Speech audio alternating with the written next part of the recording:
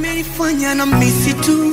Bana, pia wakati wiki inatazamiwa kwamba Alikiba kudondosha ngoma yake mpya, asa mdogo wake Abdul Kiba kamua kuwatahadharisha baadhi ya watu ambao huenda wakisikia ngoma mpya Alikiba wataanza kulinganisha na hizi timu. Asa Abdul Kiba alichosema ni kwamba wao wanachukulia kama changamoto hasa zinapotokea hizi mambo za wao kuhusishwa na timu zingine za muziki wa Tanzania. Abdul Kiba kama kawa kupitia 255. Sisi tunachukulia ni changamoto kwa sababu sisi hatushindani, sisi tunafanya kazi na tujaona bado kushindana nao, na hakuna mtu wa kushindana na sisi. Yani sijamuona wa kushindana naye na hakuna wa kushindana na sisi, na sisi hatushindani. Of course naenda ngasema mafans, kwa sababu mafans kila mtu ana uelewa wake na kila mtu ana upendo wake. So kuna kupenda, wakikutana wawili wanaweza wakaanzisha ligi ambayo mimi huko nipo labda nakunywa maji yangu vizuri, nakula vizuri, after sijamuona wa kushindana naye, sijaona wa kushindana na mimi. Yani kipindi wao wana discuss, mimi sijaona wa kushindana naye wala sijamuona wa kushindana na mimi, kwa sababu mimi nafanya tu good music after na narusha kwa fans.